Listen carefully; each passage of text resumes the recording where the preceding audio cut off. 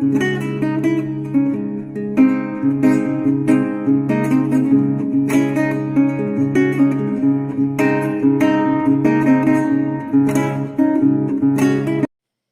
साथियों, स्वागत करते हैं आपके अपने YouTube चैनल में। तो आज के इस वीडियो में फिर से हम बहुविकल्पीय 50 महत्वपूर्ण प्रश्न लेकर आए हैं और हिंदी व्याकरण से ही यह प्रश्न होंगे साथियों। अभी तक 660 प्रश्न हल कर चुके हैं और इसमें भी 50 प्रश्न हैं। तो मैं कहूँगा कि आज हमारे 710 क्वेश्चन कंप्लीट हो जाएंगे। ओके, और आज की इस वीडियो में परिभाषिक शब्दावली से प्रश्न नहीं होंगे। हम परिभाषिक शब्दावली से अलग एक सीरीज चलाएंगे, ठीक है। तो पहले परिभाषिक शब्दावली पर हम प्रश्न ला रहे थे, अभी परिभाषिक शब्दावली आपको करवाएंगे। फिर उसके बाद उस पर अलग से एक वीडियो MCQs का परिभाषिक शब्दावली पर ही लाएंगे, ठीक है, प्रश्नों का। तो वो सीरीज़ भी हम जल्दी शुरू करने वाले हैं। ओके, तो आज की ये महत्वपूर्ण वीडियो शुरू करते हैं साथियों। प्रश्न हल करिएगा हमारे साथ और उत्तर साथ में दीजिएगा। ध्यान से प्रश्न उत्तर पढ़िए। आज का हमारा पहला प्रश्न है, कृत प्रत्यय की परिभाषा है। क्या है साथियों? चार विकल्प आपके सामने। संज्ञा, सर्वनाम आदि शब्दों के पीछे प्रयोग होने वाले शब्द कृत प्रत्यय हैं, पहला विकल्प है। दूसरा है, क्रिया या धातु के अंत में प्रयुक्त होने वाले प्रत्ययों को कृत प्रत्यय कहते हैं। अगला है साथियों, विशेषण या विशेषण और क्रिया विशेषण के शब्दों के पीछे जो शब्द लगते हैं वे कृत प्रत्यय हैं। और चौथा है, उपरलिखित सभी। तीसरा विकल्प ध्यान से पढ़ लीजिएगा, थोड़ा अटका हूँ। क्या है? विशेषण और क्रिया विशेषण शब्दों के पीछे जो शब्द लगते हैं वे कृत प्रत्यय हैं। तो साथी बताइए कौन सा सही है? ABCD में से डी ऑप्शन? नहीं, डी गलत है जी। डी वाले ए ऑप्शन भी गलत है, सी भी गलत है और बी, जिनका आंसर भी है, शाबाश, बिल्कुल सही। क्रिया या धातु के अंत में प्रयुक्त होने वाले प्रत्ययों को कृत प्रत्यय कहा जाता है। अगले प्रश्न पे चलते साथियों। काफी आसान प्रश्न। घबराहट शब्द में प्रत्यय है राहट, आहट, घबरा या घबराना। घबराहट शब्द में प्रत्यय है राहट, आहट, घबरा या घबराना। बिल्कुल सही, आहट, बी ऑप्शन वाले। वेरी गुड साथियों, आगे चलते हैं। अगला प्रश्न हल करिएगा ध्यान से। अशर्फियाँ लुटे कोयलों पर मुहर। क्या है प्रश्न? अशर्फियाँ लुटे कोयलों पर मुहर। लोकोक्ति का अर्थ क्या है? अत्यंत फिजूल खर्ची, मूल्यवान वस्तुओं की उपेक्षा करके तुच्छ वस्तुओं की चिंता करना। तीसरा है, एक तरफ फिजूल खर्ची, दूसरी ओर एक एक पैसे पर रोक लगाना।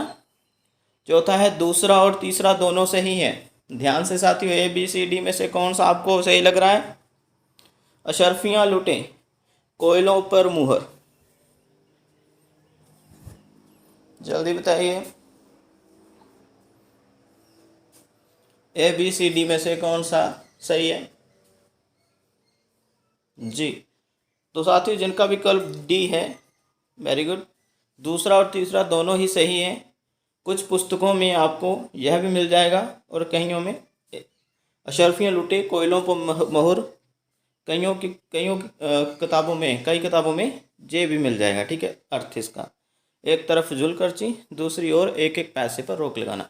और दूसरा वो भी सही माना गया है, मूल्यवान वस्तुओं की अपेक्षा करके तुच्छ वस्तुओं की चिंता करना। तो इसलिए दोनों सही हैं जी। और डी ऑप्शन पहले अच्छे से तरीके से पढ़ लिया करें। आगे चलते हैं चौथे पर। चौथा प्रश्न है, अर्घ्य या अर्घ श्रुति समुच्चारित भिन्नार्थक शब्द। तो बताइए भाई, अर्घ्य का क्या अर्थ है और अर्घ का क्या है? पहला ऑप्शन, करने योग्य मूल्य। दूसरा, पूजनीय मूल्य, ना करने योग्य खान या मूल्य पूजनीय। क्या होगा साथियों, जल्दी बताइए। बी ऑप्शन वाले, वेरी गुड साथियों, पूजनीय। अर्घ्य का मतलब पूजनीय, पूजा करने योग्य या पूजा। अर्घ का मूल्य याद रखना है। आगे चलते हैं। अगला प्रश्न 5वां, मुझे देखते ही वह 9 2 11 हो गया। इस वाक्य में शब्द शक्ति कौन सी है? अविदा, लक्षणा, व्यंजना, पहला और तीसरा सही। जल्दी बताइए। मुझे देखते ही वह 9 2 11 हो गया। ओके, तो जिनका बी ऑप्शन आ रहा है साथियों, वेरी गुड, लक्षणा। लक्षणा शब्द शक्ति है, क्योंकि मैंने समझाया हुआ है पहले से ही इस शब्द शक्ति से संबंधित वीडियो में कि जहाँ पर मुहावरों का प्रयोग होता है वहाँ पर लक्षणा शब्द शक्ति होती है। अगर यहीं पर वाक्य ये होता मुझे देखते ही वह भाग गया, तो यहाँ पर अविदा शब्द शक्ति होनी थी। ठीक है, सिंपल बात, अविदा शब्द शक्ति। और अगर कोई घुमा कर या कोई प्रतीक देकर, कोई मुहावरा देकर बात समझाई गई है तो वहाँ पर लक्षणा शब्द शक्ति। ओके, तो बी ऑप्शन वाले, वेरी गुड। आगे चलते हैं साथियों। छठा प्रश्न है, इस लड़के सा पढ़ना कठिन है। इस लड़के सा पढ़ना कठिन है। वाक्य में सा शब्द, आगे प्रश्नवाचक चिन्ह है, सा शब्द क्या है? किसका प्रतीक है? क्या है वो? उपमा अलंकार, क्रिया विशेषण है, निपात, या पहला और तीसरा सही है? जल्दी बताइए। इस लड़के सा पढ़ना कठिन है,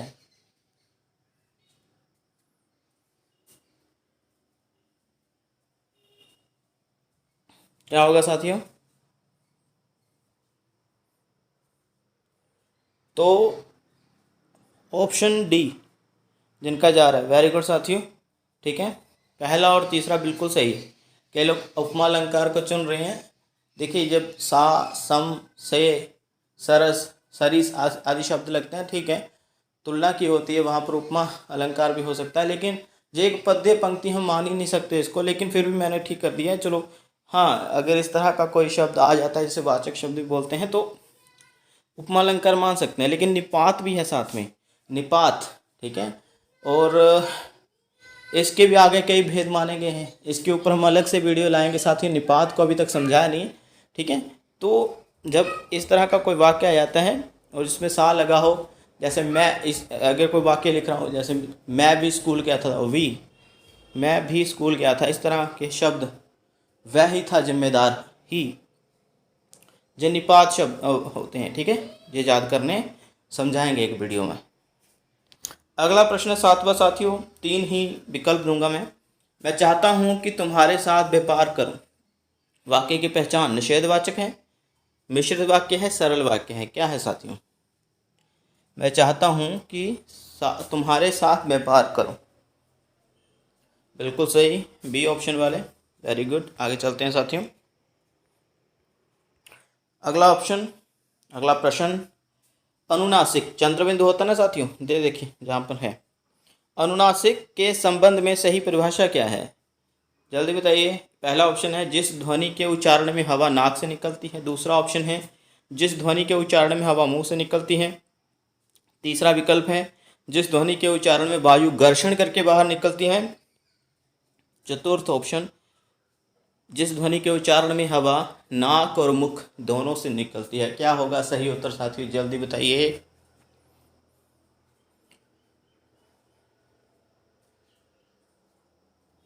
जी, डी ऑप्शन वाले, वेरी गुड।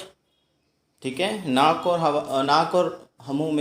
मुंह से हवा अधिक मात्रा में निकलती है। जो भी बोले कि डी ऑप्शन वाला, वेरी गुड। ठीक है, हवा नाक और मुख दोनों से निकलती है। लेकिन जहाँ मैं थोड़ा सा करेक्शन करना चाहता हूँ, ऑप्शन में थोड़ी गलती है।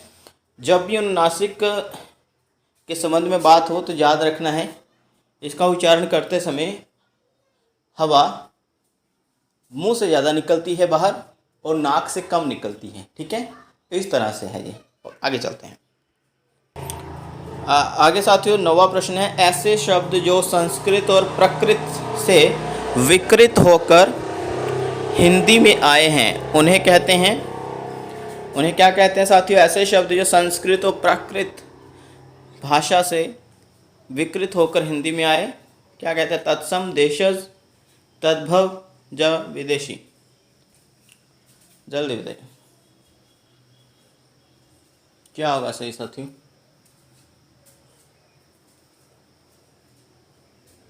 वेरी गुड, तद्भव। ठीक है, तद्भव। आगे चलते हैं।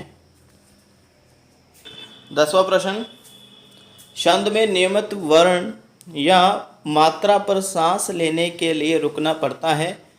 ठीक है, इसी रुकने के स्थान को क्या कहते हैं?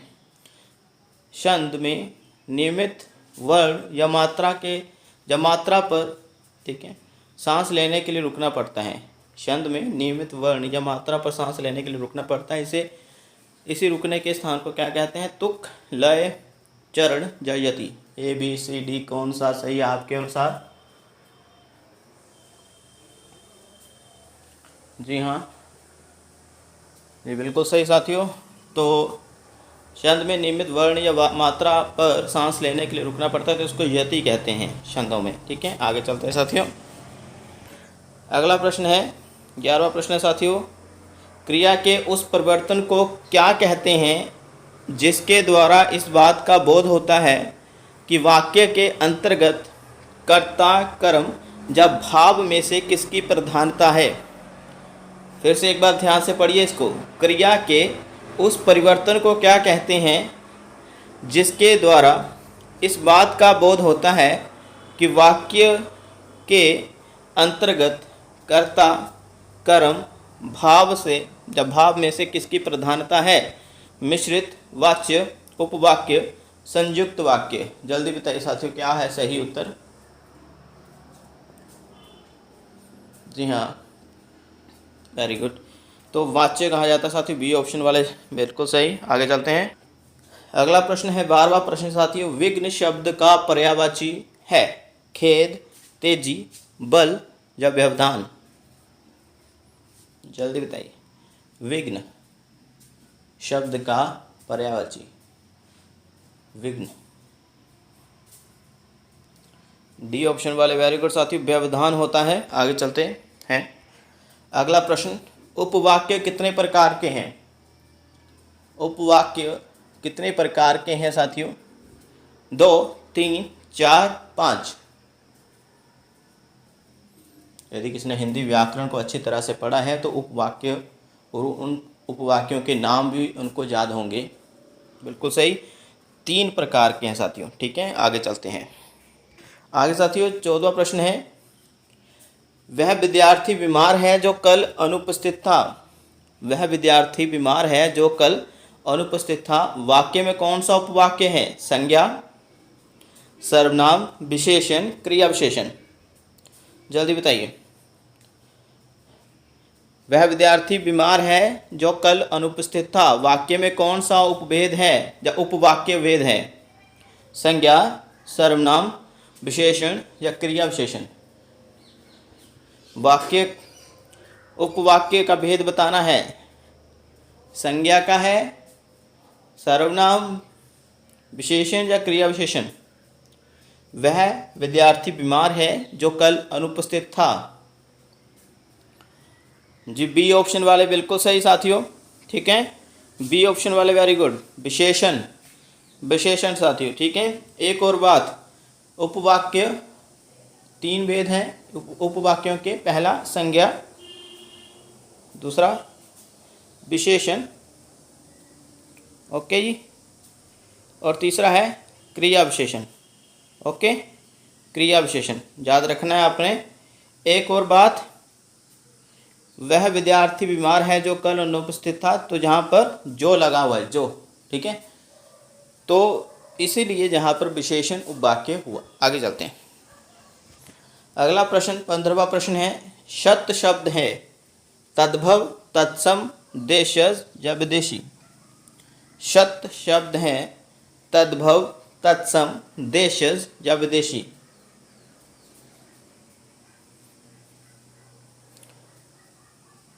जी हाँ, तो ये तत्सम शब्द है साथियों। ठीक है, शत तत्सम शब्द है। वेरी गुड साथियों, बी ऑप्शन वाले। आगे चलते हैं। 16वां प्रश्न है साथियों, ध्यान से देखिए क्या है प्रश्न। प्रतिवेदन क्या है? प्रश्न है साथियों, प्रतिवेदन क्या है? ऑप्शन पढ़ रहा हूँ। एक निबंध है, दूसरा ऑप्शन है कथात्मक शैली में कविता।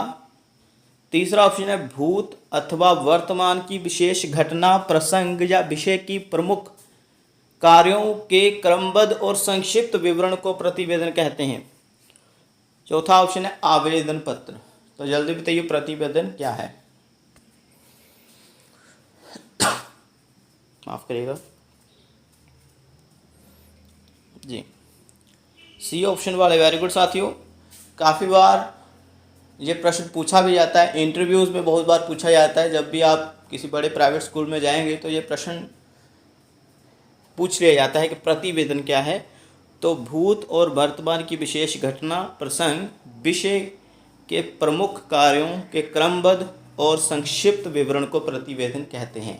ओके, आगे अगला प्रश्न साथियों, देखिए ये एक पेपर के लिए नहीं हम प्रश्नमाला बना रहे हैं, ये सभी के लिए है। Master cadre, DS, SSB, TGT Hindi और एनटीए, यूजीसी नेट हिंदी और अन्य हिंदी व्याकरण से संबंधित परीक्षाएं हैं। तो ये मत सोच के चलिए कि ये एक के लिए लाभदायक है, सभी के लिए है। ओके, तो निम्नलिखित कौन सा रस का अंग नहीं है? भाव, विभाव, पदवंत, संचारी भाव। जल्दी बताइए।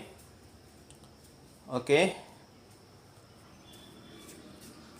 भाव, विभाव, पदवंत, संचारी भाव क्या है साथियों?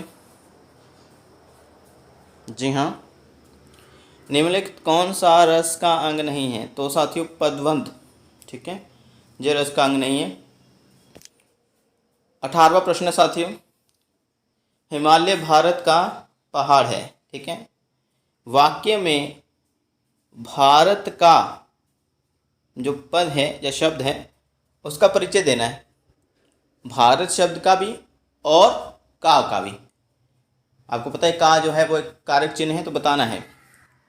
तो पहला विकल्प है जातिवाचक और कर्ता कारक, दूसरा विकल्प है भाववाचक और संबंध कारक, तीसरा विकल्प है व्यक्तिवाचक और संबंध कारक, चौथा विकल्प है जातिवाचक और संबंध कारक। तो जल्दी बताइए साथियों, हिमालय भारत का पहाड़ है, वाक्य में भारत का पद का परिचय क्या है?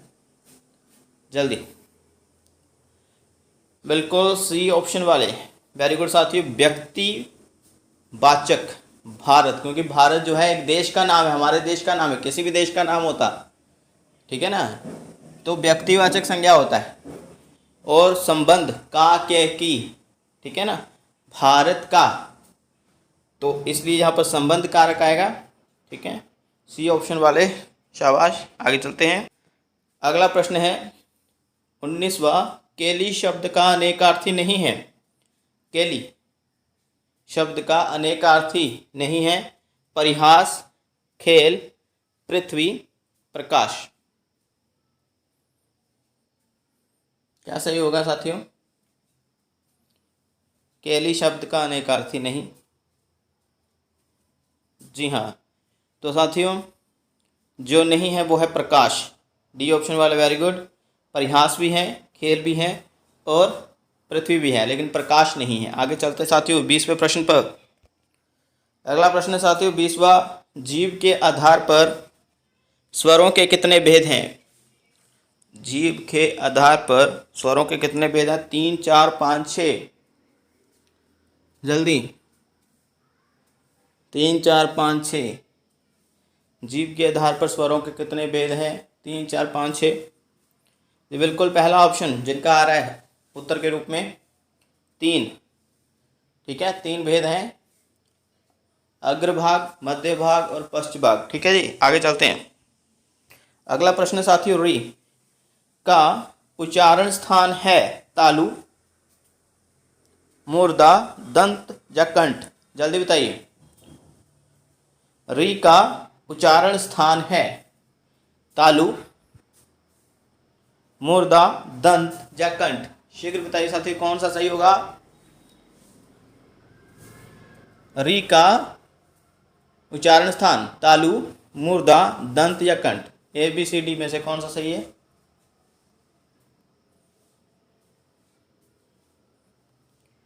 जी बताइए। जी हाँ, जिनका उत्तर मूर्धा आ रहा है साथियों, वेरी गुड, ठीक है। आगे चलते हैं। आगे साथियों हमारे पास 22वां प्रश्न है, प्रश्न है ज्ञ व्यंजन जो कि एक संयुक्त व्यंजन है, ज्ञ व्यंजन किन व्यंजनों के मेल से बनता है? ग न अ, ज न अ, ज णी अ या ग णी अ? जल्दी बताइए। जिनका विकल्प साथियों आ रहा है तीसरा, वेरी गुड, शाबाश। ठीक है, तो आप लोग सोच रहे होंगे ये ऐसे क्यों होता है। ठीक है, हम इसका उच्चारण तो करते हैं ज्ञ, लेकिन ये इन वर्णों के संयोग से बनता है, लेकिन हम इसका उच्चारण क्यों गलत करते हैं? हालांकि हिंदी में एक नियम है कि जिस प्रकार से वर्ण है उसका एक उच्चारण की एक इकाई भी उसी तरह की होती है। मतलब इंग्लिश में नहीं है जो मूक शब्द हो जाते हैं इंग्लिश में, ठीक है ना, जैसे साइकोलॉजी हो गया, नो हो गया, नाइफ हो गया, वहाँ पर के जो है कहीं एक शब्द में पी साइलेंट हो जाता तो वह नाइफ और नो में के साइलेंट हो जाता। लेकिन जहाँ देखिए हम ज नी अ के बावजूद इसको ज्ञ पढ़ते हैं, क्यों पढ़ते हैं? तो साथियों आपको बता देते हैं, ये मूल संस्कृत के जो पंडित हैं, ठीक है, वो आज भी इसको ज्ञ ही पढ़ते हैं।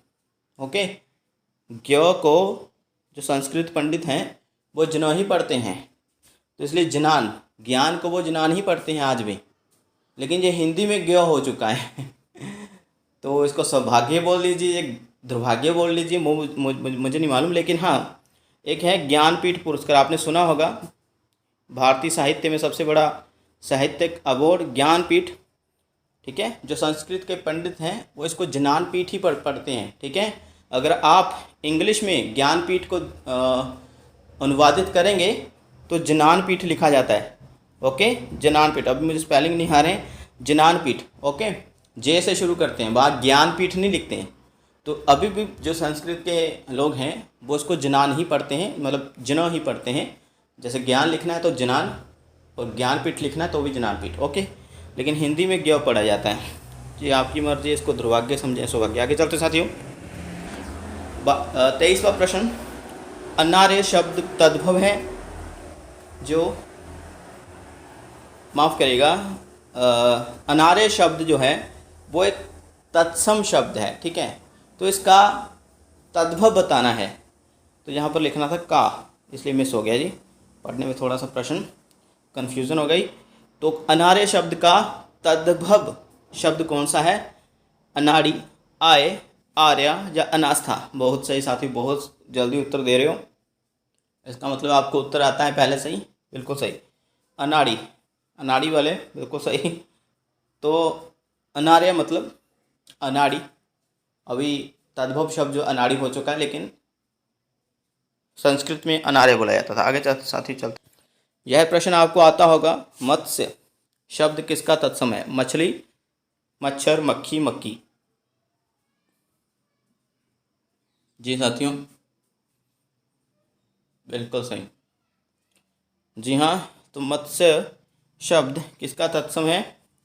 जी साथियों, ये मछली का है, वेरी गुड, ठीक है, मछली का है। आगे चलते हैं साथियों, 25वां प्रश्न, रूढ़, यौगिक और जोग रूढ़ आदि शब्द प्रकार हैं रचना के आधार पर, प्रयोग के आधार पर, उत्पत्ति के आधार पर या अर्थ के आधार पर?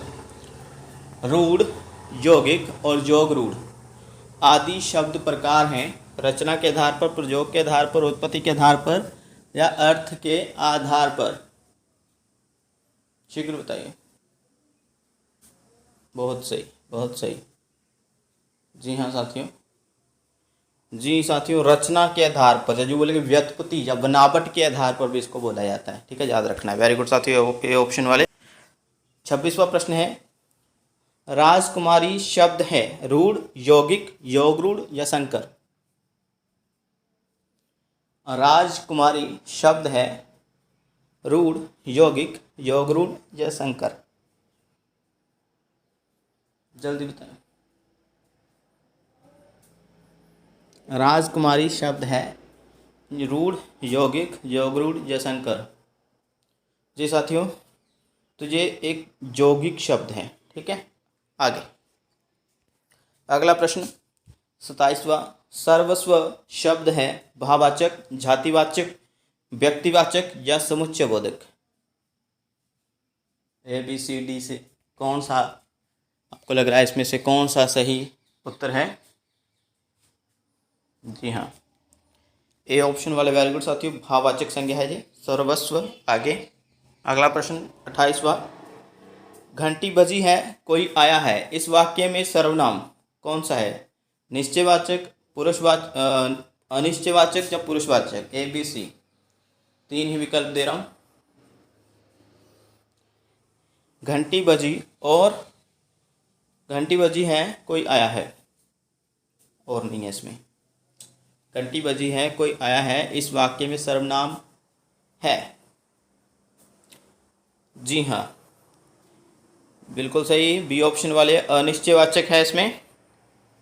अगला प्रश्न 29वां, शिव शब्द से बना विशेषण होगा शिवता, शैशव, शैव या शैवम?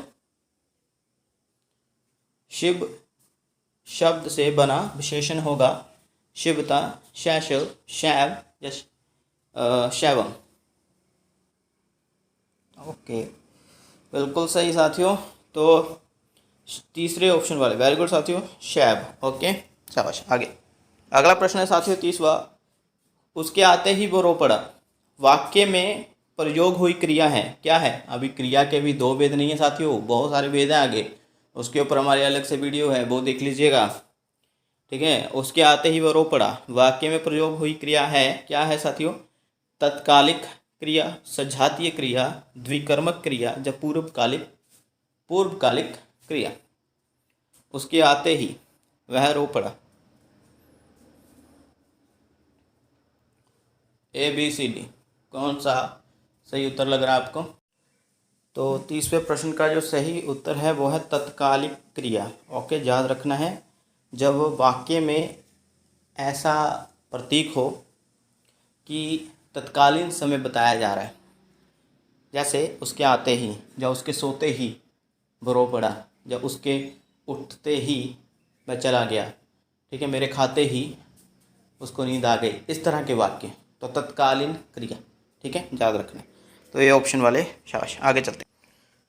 अगला प्रश्न है 31वां, मैंने पत्र लिखा, वाक्य को कर्म वाच्य में बदलें। वाच्य, ठीक है, मैंने पत्र लिखा, वाक्य को कर्म वाच्य में बदलें, क्या आएगा? मैंने पत्र लिखा था, मुझे या मुझसे पत्र लिखा गया। तीसरा, मेरे द्वारा पत्र लिखा गया। चौथा, हमने पत्र लिखा, क्या आएगा? मैंने पत्र लिखा, इस वाक्य को अपने कर्म वाच्य में तब्दील करना है। इंग्लिश में आपने चेंज द वॉइस पढ़े हैं साथियों, बस वही हिंदी में वाच्य कहा जाता है उसको। ओके, मैंने पत्र लिखा, कर्म वाच्य में बदलें। बिल्कुल, जिन्होंने CBSE में पढ़ाया है, खासकर 9वीं 10वीं कक्षा को, तो वहाँ पर वाच्य लगे हुए हैं हिंदी पुस्तक में, व्याकरण में। तो तीसरा आएगा साथियों, मेरे द्वारा पत्र लिखा गया। ठीक है, आगे चलते हैं। 32वां प्रश्न, कौन सा भेद वाच्य का नहीं होता?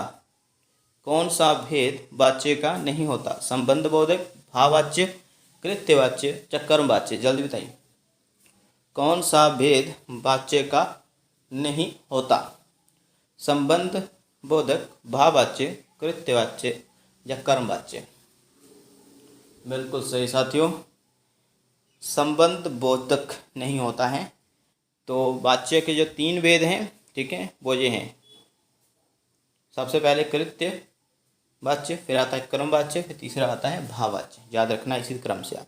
ठीक है, आगे चलते हैं साथियों।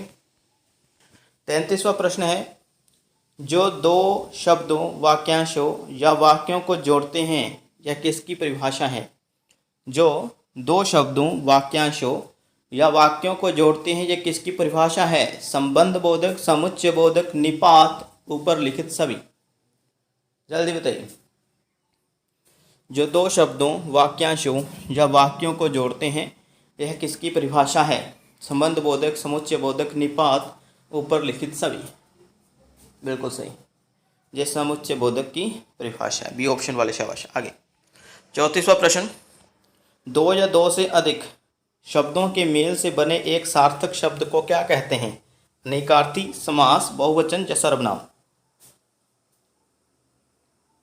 दो या दो से अधिक शब्दों के मेल से बने एक शब्द को क्या कहते हैं? अनेकार्थी, समास, बहुवचन या सर्वनाम? जल्दी। बिल्कुल सही साथियों, समास कहते हैं। ठीक है, आगे। तो साथियों अगला प्रश्न है, उसका एक विकल्प नीचे है। प्रश्न इस प्रकार से है, बारूद, कुर्ता, चाकू, काबू, तोप और दरोगा ये किस भाषा से हिंदी में आए शब्द हैं? फारसी से आए, अरबी से आए, पुर्तगाली से आए या तुर्की से आए? चौथा ऑप्शन तुर्की है। ठीक है, जल्दी बताइए, ए बी सी डी में से कौन सा सही है? बताइए साथियों। तुर्की में यहीं लिख देता हूँ। ठीक है, जल्दी तो बताइए साथियों। बारूद, कुर्ता, चाकू, काबू, तोप और दरोगा ये किस भाषा से हिंदी में आए शब्द? फारसी, अरबी, पुर्तगाली या तुर्की? जी हाँ साथियों, डी ऑप्शन वाले वेरी गुड, ये तुर्की से आए हैं। ओके, आगे हमारे पास अगला प्रश्न है। इस पर पूछा गया करेला शब्द का तत्सम रूप है। करेला शब्द का तत्सम रूप है कर्क, कंदूर, कंडूर या कारवेल? जल्दी साथियों बताना है आपने, क्या होगा इसका सही उत्तर? कर्क, कंदूर, कंडूर या कारवेल? बिल्कुल सही, जिनका उत्तर आ रहा है चतुर्थ विकल्प कारवेल। बिल्कुल सही साथी, शाबाश। आगे चलते हैं। 37वां प्रश्न है, संज्ञा शब्दों का उनके सही भेदों के साथ युग्म को नीचे रखा गया है, इनमें से गलत की पहचान करें। नदी जातिवाचक संज्ञा, गुरुत्व भाववाचक संज्ञा, परिवार समूहवाचक संज्ञा, धुआं वाष्पित संज्ञा? तो गलत युग्म बताना है। एक तरफ संज्ञा नेम है, संज्ञा के नाम है, दूसरी तरफ संज्ञा के भेद बताए गए हैं। तो गलत युग्म कौन सा है? जल्दी से बताइए साथियों। जी, ए बी सी डी विकल्प आपके सामने, क्या लगता है कौन सा विकल्प गलत है? जी साथियों, बिल्कुल सही, जी हाँ, डी ऑप्शन वाले, बिल्कुल यही ऑप्शन आपका सही है। धुआं भाष्पित संज्ञा कोई संज्ञा नहीं है साथियों। ठीक है, जातिवाचक के अंदर दो भेद हैं, द्रव्यवाचक संज्ञा और समूहवाचक संज्ञा। जातिवाचक संज्ञा के अंदर या अंतर्गत दो उपभेद हैं, द्रव्यवाचक और समूहवाचक।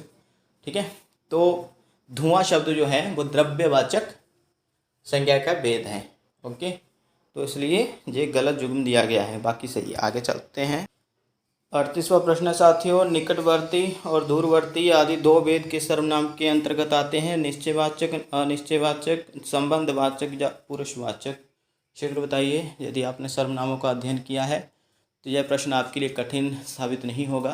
बिल्कुल, तो ये दो भेद जो हैं वो निश्चयवाचक, ठीक है, सर्वनाम में आते हैं। वेरी गुड, शाबाश। आगे अगला प्रश्न, राम भोजन करके सो गया, इसमें क्रिया का भेद कौन सा है? राम भोजन करके सो गया, इसमें क्रिया का भेद कौन सा है? प्रेरणार्थक क्रिया, पूर्वकालिक क्रिया, संयुक्त क्रिया या नाम धातु क्रिया? जी साथियों बताइए, हमने पहले ही इसके ऊपर वीडियो बनाया है क्रिया के ऊपर।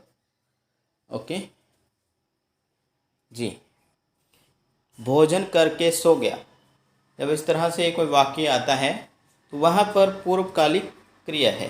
ठीक है, ठीक है ना साथियों?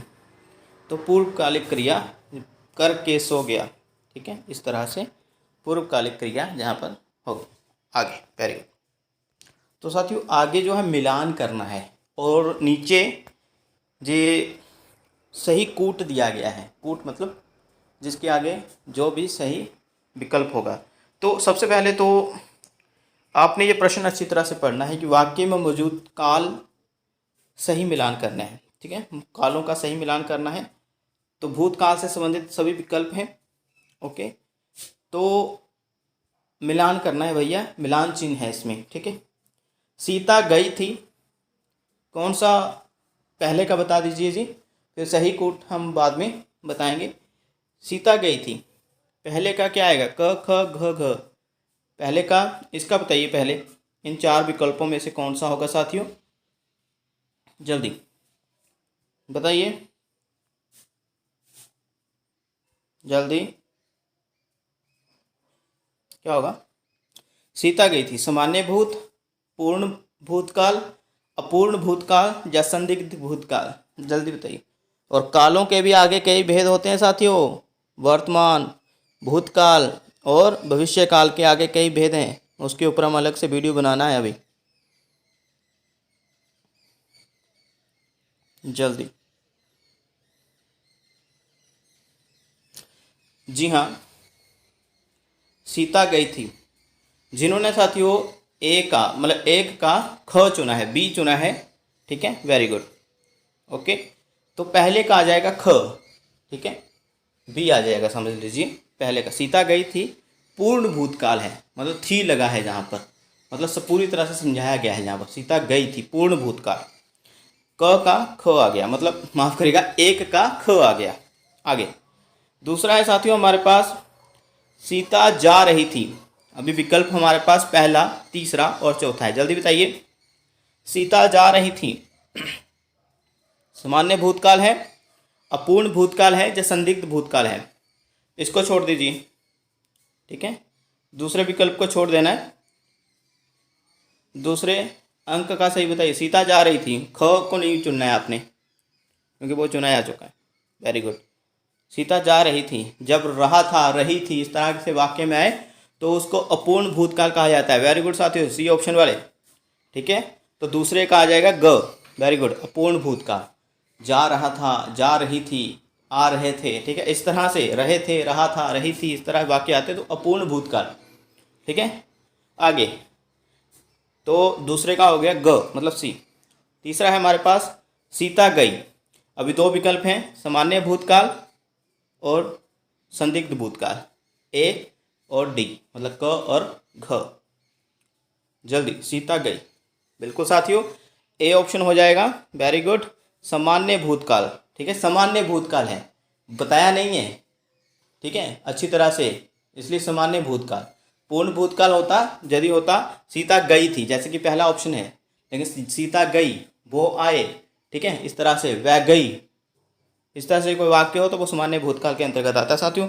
आगे हमारा अंतिम, सीता गई होगी, तो बिल्कुल जो संदिग्ध भूतकाल ही है, एक ही बचा है, ठीक है, संदिग्ध, जैसे कि डाउट है जहाँ पर, गई होगी, बिल्कुल डाउट जहाँ पर प्रतीत हो रहा है, तो ये भी आपको करवाएंगे अलग से साथियों। तो हमारा जो कूट है, पहले का हमने चुना है ख, देख लेते हैं क के अंतर्गत ख आता है कहीं, बिल्कुल पहले में ही आता है, तो हमारा पहला कोट जो है बिल्कुल सही हो जाएगा, ओके, पहला कोट। और सीता जा रही थी, दूसरे का ग, तीसरे का क, सीता गई सामान्य भूतकाल, और चौथा सीता गई होगी, चार का ख आ जाएगा संदिग्ध भूतकाल। ये बहुत इंपॉर्टेंट साथियों प्रश्न होते हैं, जहाँ पर देखिए कि काफ़ी ज़्यादा आपको समझ में आ गया होगा, ठीक है, सामान्य भूतकाल क्या होता है, पूर्ण भूतकाल क्या होता है, अपूर्ण भूतकाल और संदिग्ध भूतकाल। आगे चलते हैं, अगला प्रश्न है साथियों, आविर्भाव का विलोम होगा, आविर्भाव का विलोम होगा तिरोभूत, तिरोभाव, तिरस्कार या त्रिया? जल्दी बताइए। आविर्भाव, आविर्भाव का विलोम होगा तिरोभूत, तिरोभाव, तिरस्कार या त्रिया? बिल्कुल, जिनका विकल्प आ रहा है द्वितीय, तिरोभाव, ठीक है, तिरोभाव वाले, वेरी गुड। आगे चलते हैं, अगला प्रश्न ध्यान से पढ़िए क्योंकि विकल्प जो है नीचे दिए गए हैं अगले पेज पर। जिसका कोई हिस्सा टूट कर अलग हो गया हो, अनेक शब्दों के लिए एक शब्द चुनना है यहाँ पर, जिसका कोई हिस्सा टूट कर अलग हो गया हो, क्या होगा साथियों? टूटा, ध्वंस, निर्जीव या खंडित? जिसका कोई हिस्सा टूटकर अलग हो गया हो, अनेक शब्दों के लिए एक शब्द, जिसका कोई हिस्सा टूटकर अलग हो गया हो, क्या होगा साथियों? टूटा, ध्वंस, निर्जीव या खंडित, ठीक है। तो डी ऑप्शन वाले, वेरी गुड साथियों, खंडित होगा, वेरी गुड। अगला प्रश्न फिर से आसान कहूँगा, काफ़ी बार आ चुका है पहले ही हमारी प्रश्नमाला में। अभंग और सभंग किस अलंकार के दो भेद हैं? उपमा, उत्प्रेक्षा, सलेश या अनुप्रास? बिल्कुल सही साथियों, शाबाश, बिल्कुल सही। जी हाँ, सलेश के हैं ये दो भेद, ठीक है, अभंग और सभंग, ठीक है। आगे चलते हैं, अगला प्रश्न साथियों, अंगूठा छाप मुहावरे का अर्थ। बिल्कुल आसान है साथियों ये तो। अंगूठा छाप, अनपढ़, एकलव्य, अर्जुन, नीचा दिखाना। जी हाँ, इसका जो आएगा साथियों वो है अनपढ़। 45वां प्रश्न है साथियों, ध्यान से पढ़ना है। जहाँ अलंकार की बजाय छंद लिखिए, ठीक है, छंद है यहाँ पर, तो छंद पढ़िएगा, जे नहीं है। कौन सा छंद अर्ध सम्मात्रिक नहीं है? कौन सा छंद अर्ध सम्मात्रिक नहीं है? दोहा, हरिगीतिका, सोरठा या बरवे? जल्दी बताइए, कौन सा छंद अर्ध सम्मात्रिक नहीं है? दोहा, हरिगीतिका, सोरठा या बरवे? जी बिल्कुल साथियों, हरिगीतिका नहीं है, बी ऑप्शन वाले, वेरी गुड, ठीक है। दोहा, सोरठा, रोला या बरवे ये अर्ध सम्मात्रिक छंद है, हरिगीतिका नहीं है, ठीक है साथियों, याद रखना है आपने। और जहाँ पर अलंकार की बजाय छंद लिखा हुआ है तो छंदों के बारे में है। अगला साथियों हमारे पास 46वां प्रश्न जो भी छंदों से ही संबंधित हैं। आगे कौन सा साथी प्रश्न ये 46वां, निम्नलिखित में से संयुक्त मात्रिक छंद है? संयुक्त मात्रिक छंद है कुंडलियाँ, कवित, शपय, पहला और तीसरा। जल्दी बताइए कौन सा सही उत्तर होगा साथियों? निम्नलिखित में से संयुक्त मात्रिक छंद है कुंडलियाँ, कवित, शप्य या पहला और तीसरा? जी साथियों, जिनका ऑप्शन आ रहा है डी, कुंडलियाँ और शपय, ये दोनों ही छंद संयुक्त मात्रिक छंद हैं, ठीक है। पहला और तीसरा बिल्कुल सही है, डी ऑप्शन वाले, वेरी गुड। आगे अगला प्रश्न है 47वां, परिभाषक शब्दावली में जो सही नहीं है उसको बताना है। बैंक, अधिकोष, ब्लैंकेट डील, व्यापक सौदा। तीसरा है बुक कीपिंग, निर्धारित करना। तो चौथा है मांग पत्र, कॉल लेटर। जल्दी बताइए कौन सा सही नहीं?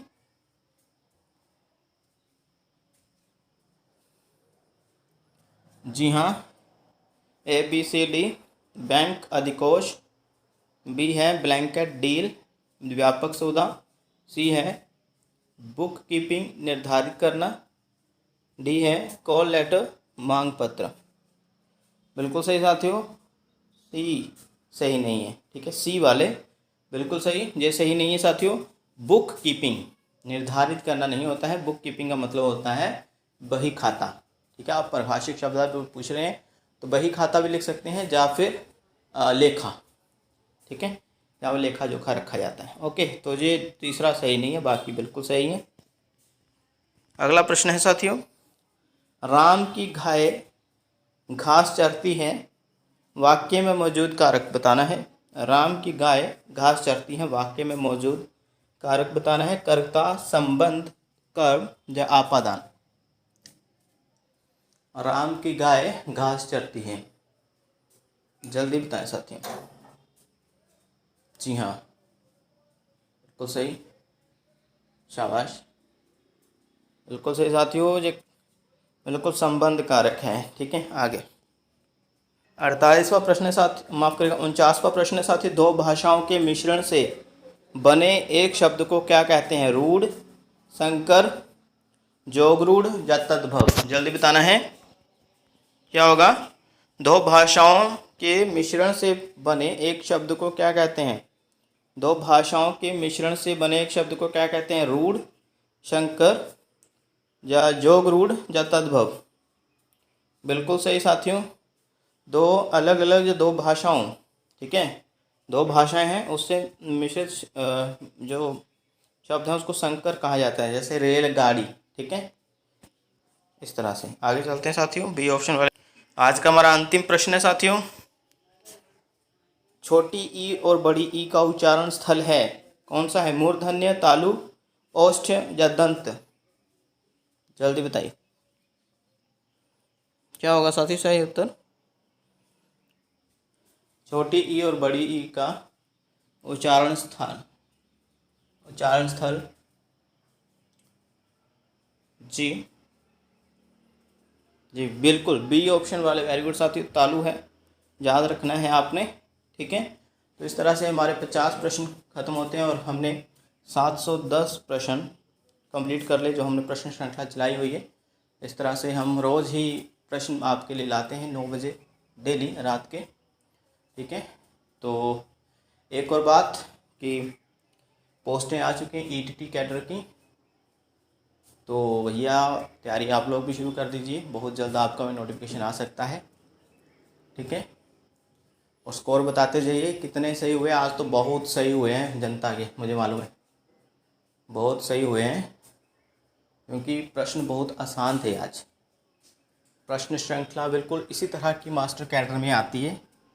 ठीक है, और यही प्रश्न लगभग इसी तरह के आते हैं साथियों। हम प्रभाषिक शब्दावली की प्रश्नमाला भी शुरू करेंगे अलग से, उसमें सिर्फ प्रभाषिक शब्दावली होंगे। ठीक है, उसमें सिर्फ प्रभाषिक शब्द ही होंगे, उससे बनाए हुए प्रश्न ही होंगे। वो हम प्रश्न बना रहे हैं, बहुत जल्द हम शुरू करेंगे वो भी।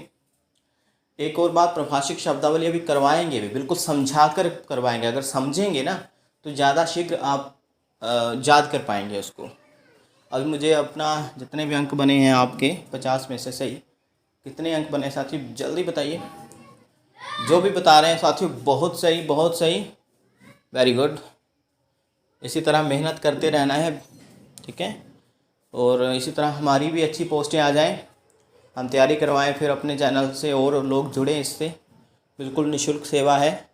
बस हमेशा बोलता हूँ कि ऐड वगैरह देख लिया करें, बस इतने ही हम संतुष्ट हो जाएंगे। और कुछ नहीं मांग रहे, किसी से कुछ नहीं मांग रहे हम।